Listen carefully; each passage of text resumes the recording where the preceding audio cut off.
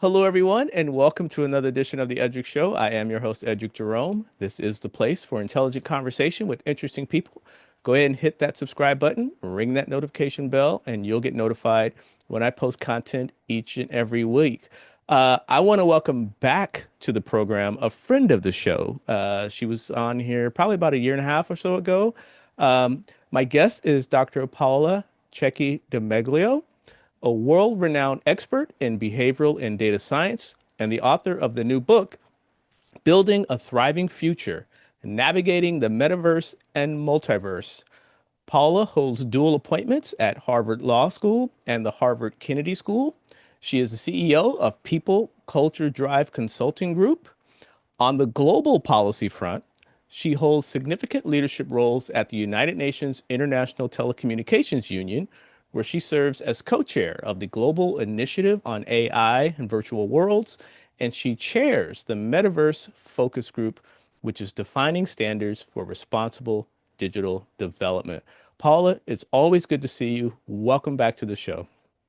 Thank you so much. I'm very happy to be back. And yes, you say 1.5 years ago, but I announced the book 1.5 years ago that I will be back in your show to You talk did. about. You did say that, and here we are. Here we are. The world is a little different, but we'll get into some of that. But welcome back, and again, it's always good to see you, and thanks for coming back on the show. Um, Let me start out. Let's talk about the book. So, tell me why you wanted to shine a light on the new frontier, as I call it, of the metaverse. And maybe with that, you can briefly explain exactly what the metaverse is from your perspective, from our audience. So first and foremost, here is the latest one available on any good bookstore and easy to get on Penguin website and Amazon. That said, promotion is done. But let me drive into your question regarding the metaverse and why shedding the light over it. So let me take a step back over my life and Sure. overall, I think everyone life. If we think about it, digitalization and AI have been with us for a very long time, more than we can remember. And you will tell me, Paula, are you sure about that? And I will tell you, yes. Think about your email, right? You email when it came onto the market. I remember, why do I need an email? For what? Well, the metaverse is exactly the same thing. It's coming, and that has been built up over several years and decade of work and innovation. So that's really the next step that will influence our life on a day to day. There is another point that I'm making in the book is, and when I like to talk about metaverse, multiverse, I also like to talk about virtual world Hmm. because this is something that is extremely important to understand. When you are not, hands-on, you think this is not the same. This is just for gamer. And here again, I will pause and I will say, no, no, no, no, no. If you start looking at the ecosystem, you're starting to see both public, private actor investing heavily into virtual world.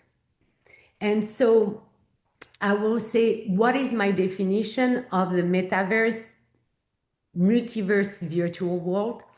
I will say this is the next level in which we, as a human, will have an interaction with a digitalization in all sense around us, from all our senses to how we're going to connect and how we're going to interact with others. That's the great things. But as we are designing it, getting into the next step of having everybody embracing it, we need to make sure that everything is built with everyone who will be touched by it to be inclusive in the process of the design. I had another question I was going to get to right now, but I want to skip ahead to because there's one question I wanted to ask you because one of the things you talk about in your book is that you mentioned that the metaverse is dependent on and will not replace reality, and that reality is always going to be with us. So even before I get to the next question, I wanted to jump in now and ask you about that because too often we think, we're going to be interacting in this virtual world, but it is grounded and it's depending on reality. So can you talk a little bit about that? Yeah, so I like to say that when people talk about virtual world, they always use a lot of languages. Um, I call it the alphabet soup. So no one really outside of the sphere really understand it. But I want to break it down because this one is a very important one. So XR is the umbrella term of AR, VR, and mixed reality. And so when you think about what it is, I will tell you that when you take your phone and you're in a room like that, and you go to a store and you want to see what the sofa look like, you take it, this is already the virtual world. So now that you understand that if you wear glasses or any jewelry, that can help you translate yourself into that reality where you have object being brought in or information, you already are interacting with virtual world. And then you have the next level where you are completely immersed. And that's where you have to imagine that the world you will design is the one that you want to create based on the reality of the experience you had. And so that's why I'm arguing in the book that the real world will always be there because the future can only be shaped by what is surrounding you, by the breadth and depth of experience. So if I see, for example, a green leaf outside, I will give the same color in that virtual world. And somebody else can see it who may never have seen that green leaves. And so that's where the interaction come, where your real experience of what you are surrounding will also impact others. Getting back to the book, it's been described as quote a strategy driven guide for businesses. So as the coming next wave or the next frontier of the metaverse, as businesses start to prepare to try to adapt and integrate this technology, what are some of the strategic mistakes you think business leaders might make today when approaching this new frontier, and how do they make sure that they aren't making some of these mistakes? So let's break it down into two levels, right? I think digitalization and use of technology in any company have been key in the last 25 years, and you cannot survive without using those tools. So now the question is, how do we want to look in the next year or 5 years or 10 years if we don't use those tools? Like, what is the reality that we will create for our business? And I don't think you want to be sitting on the side and say, sorry, we missed the train. So that's where we are at that critical moment to know that anticipation of the use of virtual world will come into our life sooner. And I would say probably within the next 24 months, we will have more and more involvement with the virtual world. Why?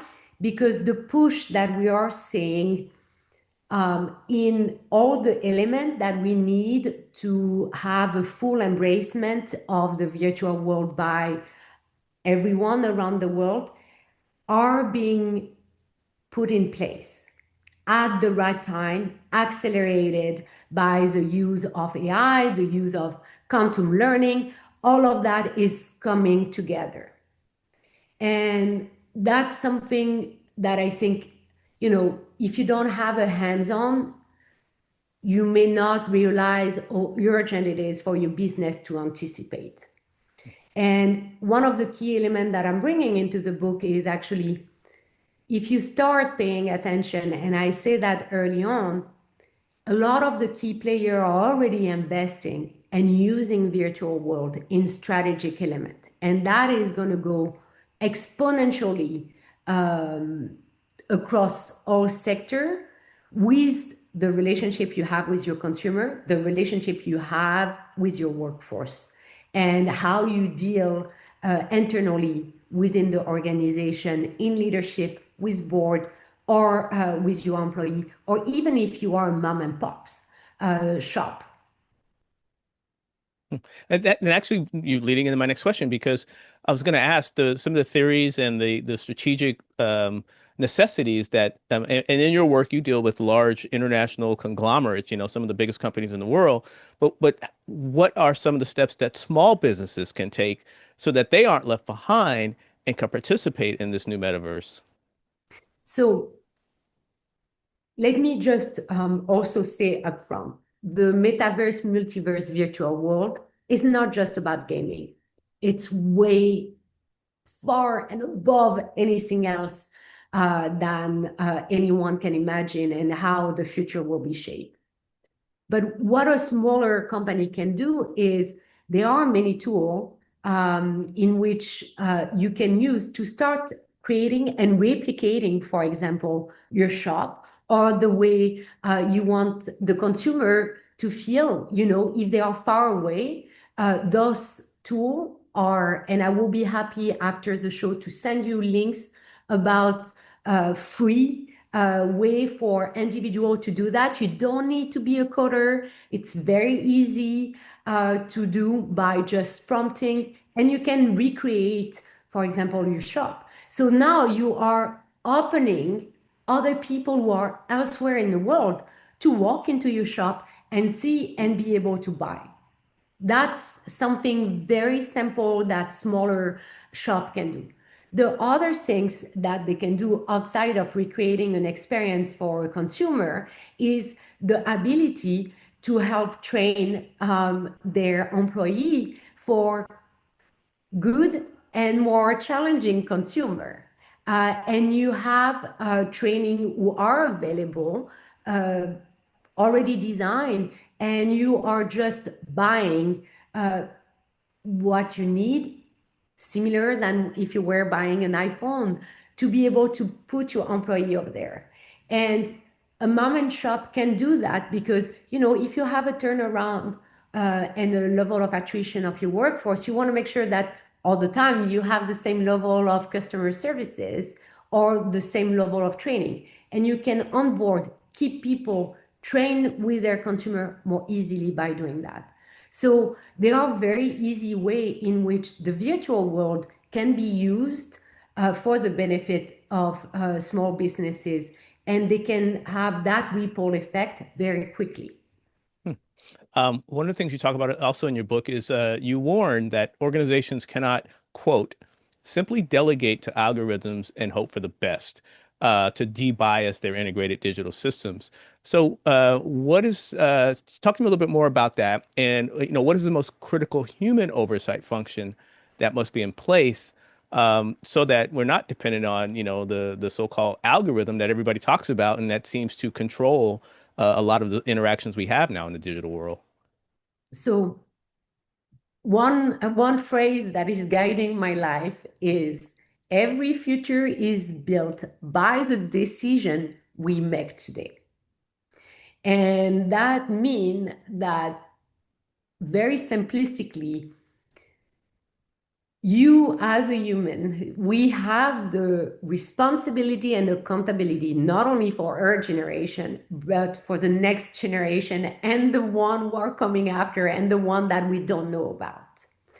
So similar to if you think about electricity, when electricity entered history, we have the choice to decide how we're going to provide to everyone access to electricity. And here is we have the responsibility to make sure that the algorithm that have been used in designing the world of the future is built by everyone. So different type of input, different type of experience are necessary.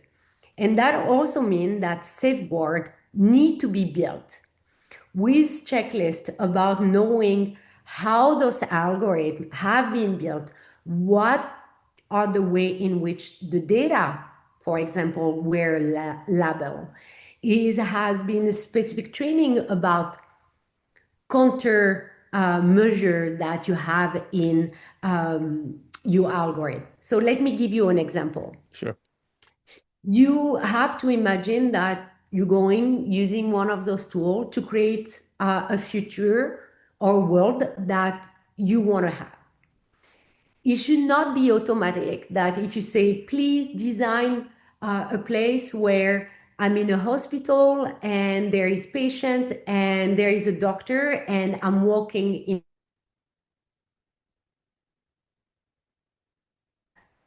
It is a man of a certain age, of a certain ethnicity, with a certain background. And so that's where you need to be counter intuitive and help the algorithm to say it can be a woman, it can be somebody else that you may not think of, and they may be the head of the practice, and they are the one where everyone is looking, being a thought leader in medicine. So all of that is extremely important in the way the algorithm is trained, the way the algorithm and the data are labeled, and the control over time, making sure that there is not 80% of the time one answer coming up and 20% on the others. So that's where the responsibility come in.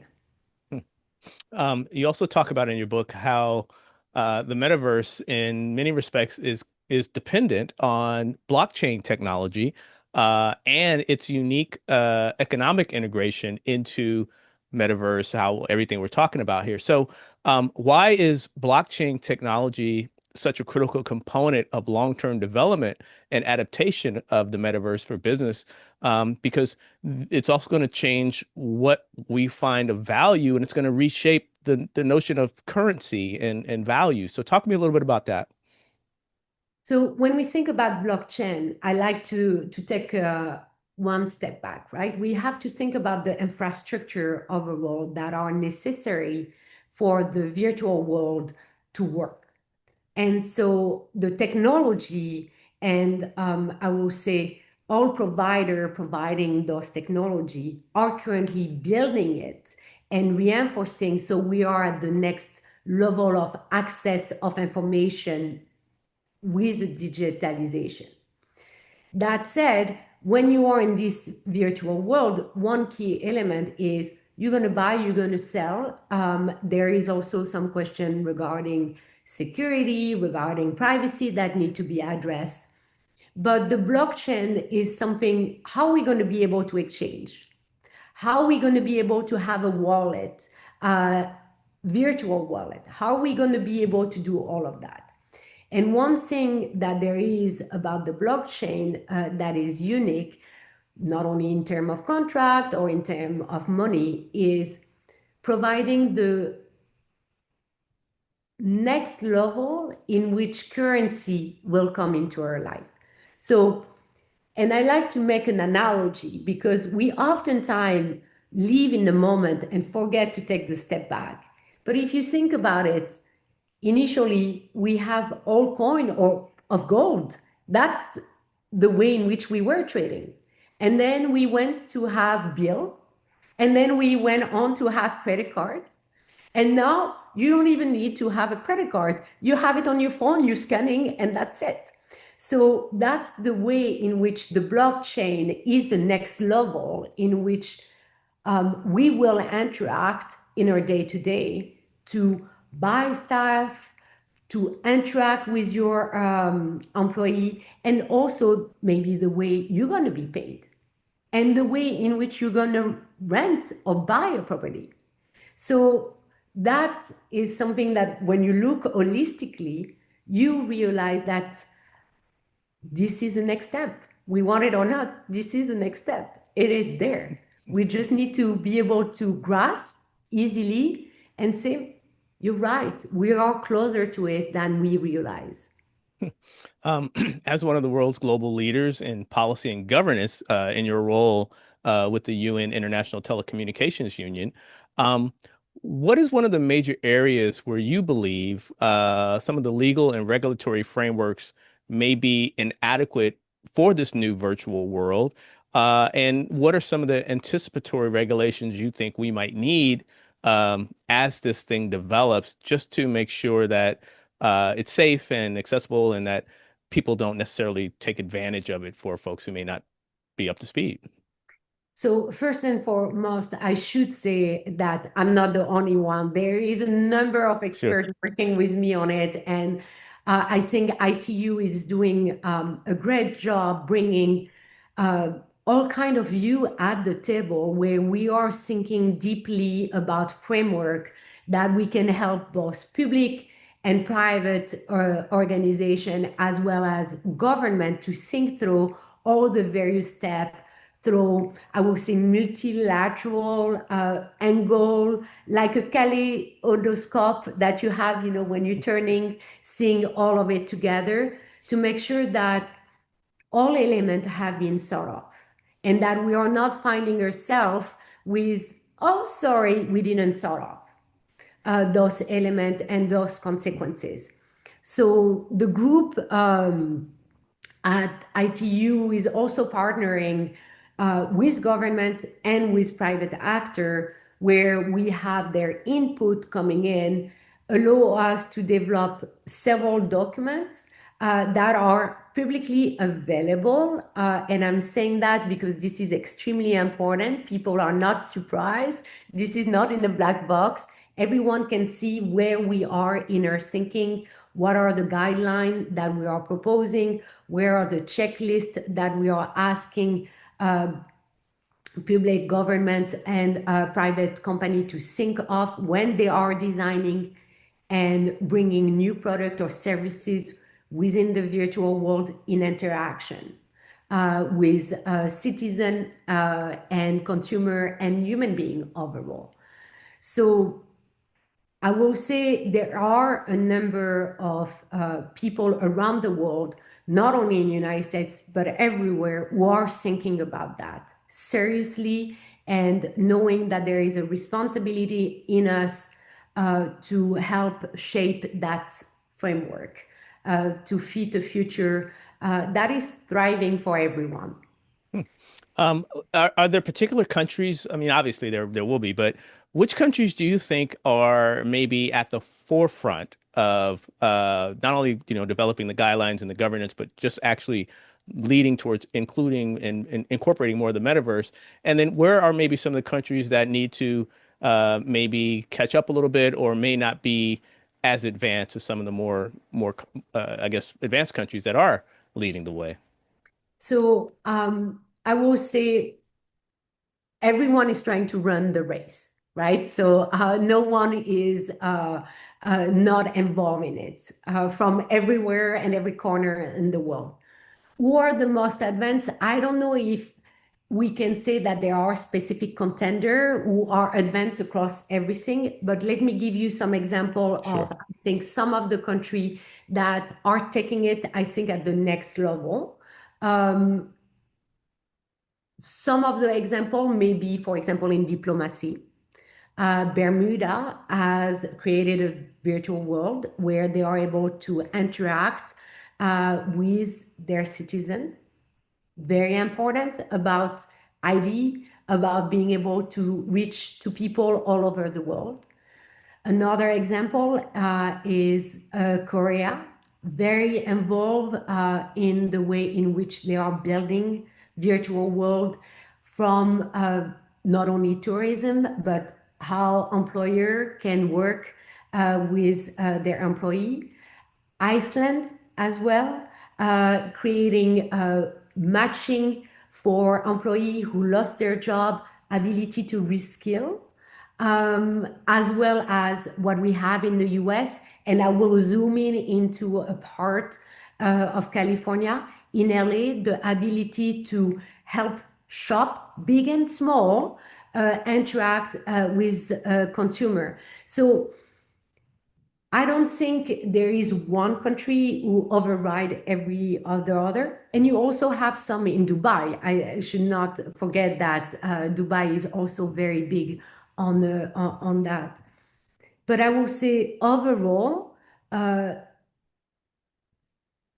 every country and government are investing in the area that they are thinking are the next step for them to be able to create the connection where the gap is the widest. And there is also not only I mentioned Dubai, but I should also mention in Africa, there are many countries who are working on it, developing and getting access to, for example, thinking how you can help people develop and become a mom and shop store over there so they can create an economy around their community. And what I think is fantastic is looking globally at this effort of government coming together to bring the next wave, of how human will interact with machine. But do not forget something. I just don't want to be positive. There are also things that we need to be worried about and making sure that we are getting it right. I got to ask, what are some of those things that we need to be worried about to make sure we're getting it right? Making sure that the interaction we have, and so here I will take some statistics in the back of our mind. Uh, right now we are estimating that individual between up to the age of 35 spend indirectly half an hour in the virtual world. But within the 2030, we are estimating that they will spend at least 4.5 to 6 hours. What does it mean? And we see it, myself included, how much time we're spending on our phone and how much that can affect our mental health, the way in which we are drawn to it from the morning you wake up to the evening. And so there are those elements that we need to consider. And I will say, think about the ripple effect that may have on us as humans. The last time we talked when you came on, it was from your previous book where you talked about the advantages and the business um, advantages to having strong diversity, equity, and inclusion.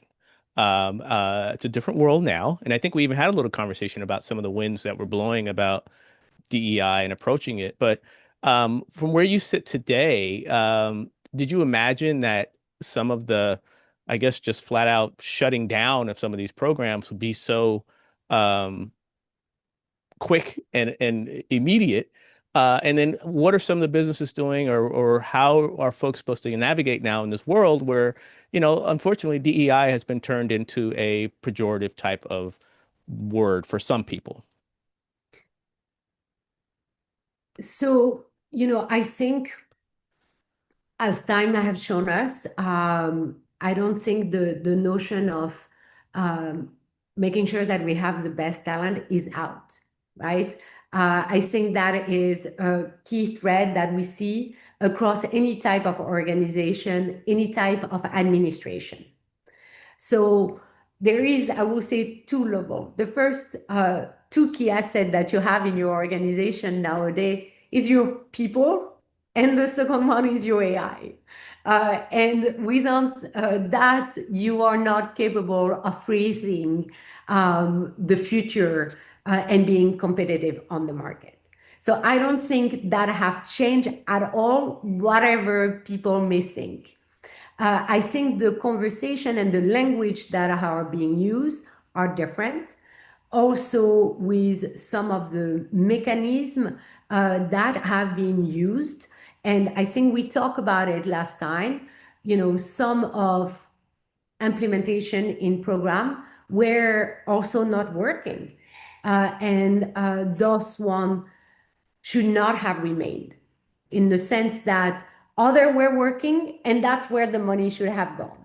So, same thing that with AI. You may invest a lot of money into program and you realize your employee are not using it.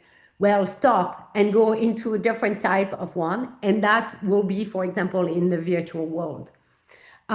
Because we do know, by the way, that when employees are trained in the virtual world, they remember more easily the information because most of the time you are forgetting within an hour all the information you have received, and within a week you may remember less than 10%, Hmm. which is not the case with the virtual world. But going back to your original question, I think the inclusivity of the talent that we have here in this country, and I think overall around the world, is something that is necessary uh, to have in the back of your, in your toolbox, because that's how you reach consumer, and that's how you are able to bring the best talent in the country or in area where we don't think of it. And I'm always making this analogy, and I think I said to you, I'm a woman in the field of leadership, big data, and AI, and talent, and I'm extremely grateful for being able to have come in the US and being adopted by this country who gave me the opportunity to do what I'm doing, where in other parts I was just an outlier. Hmm. Hmm. Um, we have a few minutes left, so I want to ask you now. Talk to me about your group, People, Culture, Drive, and Consulting Group. What is its mission? What are you doing with that group? And just tell me about it. Yeah, so let me tell you something that because we got renamed by People Culture Data Group Okay, because we were, doing. We believe that your people is the drive to your culture. sure, But we always, since the creation of PCD Consulting Group, believe that the data should drive every decision that you are taking in an organization from a business perspective. Without the data, you are not making the right decision and you are guessing. And so that's the reason why we have relabeled, rebranded, thanks to the marketing team inside PCD to People Culture Data Consulting Group. What do we do? It's, I will say, very simple. We are becoming, over the last several years, the ally of organization who want to make sure that they are making smart decisions, not only for today, but also for the future. And how do we do that? And we have been done that since the beginning. So AI and big data is not new to us. Uh, you know, um, so we are using all form of big data and AI, and we pair that with behavioral science, which include behavioral economy, mathematics, as well as management, psychology, and so on, to help contextualize the decision that you want to make. So let me give you an example sure, in the virtual world. So when clients come to ask us, um, we are looking at their data on how they interact with consumer. And for example, one of the key elements is we see that people are afraid of using AI, not only with their consumer, but we see exactly the same data with their employee. So then our goal is to help those companies think about a strategy to implement step in which both their consumer will trust AI and their employee will trust AI. That's one part.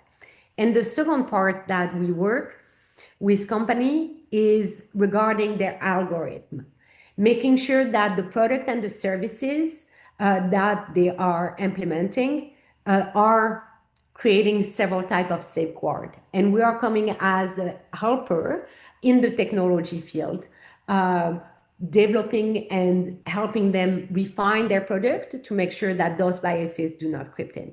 And the last part, where I will say I'm extremely proud, it's IDEA, which stands for Intelligent Decision, because this software help organization to provide optimal decision regarding their talent, and not only debias their decision, but I will say increase the accuracy of their decision, and help understand how AI is being used by their employee.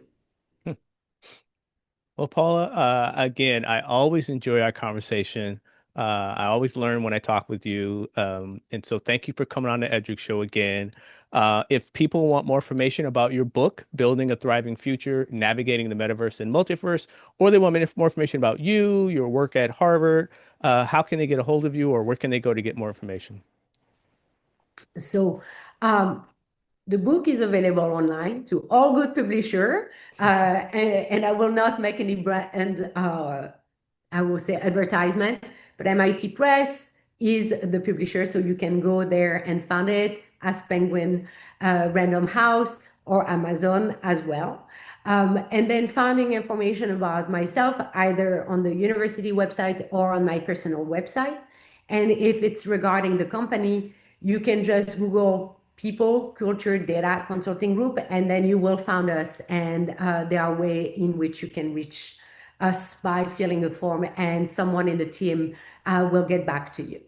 Excellent, excellent. Well, Paula, I know you've been very busy. I want to thank you for again for coming on the Edge Show. Congratulations on the book. It's a great read. Really, really not just technical, but it's entertaining because it really makes you think about the future that's here. It's not coming, it's here. So thank you so much for coming on the Edge Show. I really appreciate your time, and I hope I can have you on again when you have your next book. And it's already in the pipeline, so I'm giving you a hint over it. I'm sure. I'm sure. Dr. Paula Cecchi-Dimeglio, world-renowned expert in behavioral and data science. Thank you again for coming on the Edu Show. I really appreciate it. Thank you for having me. You're welcome. This has been another edition of the Edric Show. As promised, intelligent conversation with interesting people. Hit that subscribe button, ring that notification bell. You'll get notified when I post content each and every week. I want to thank you for tuning in, and I will catch you on the next episode.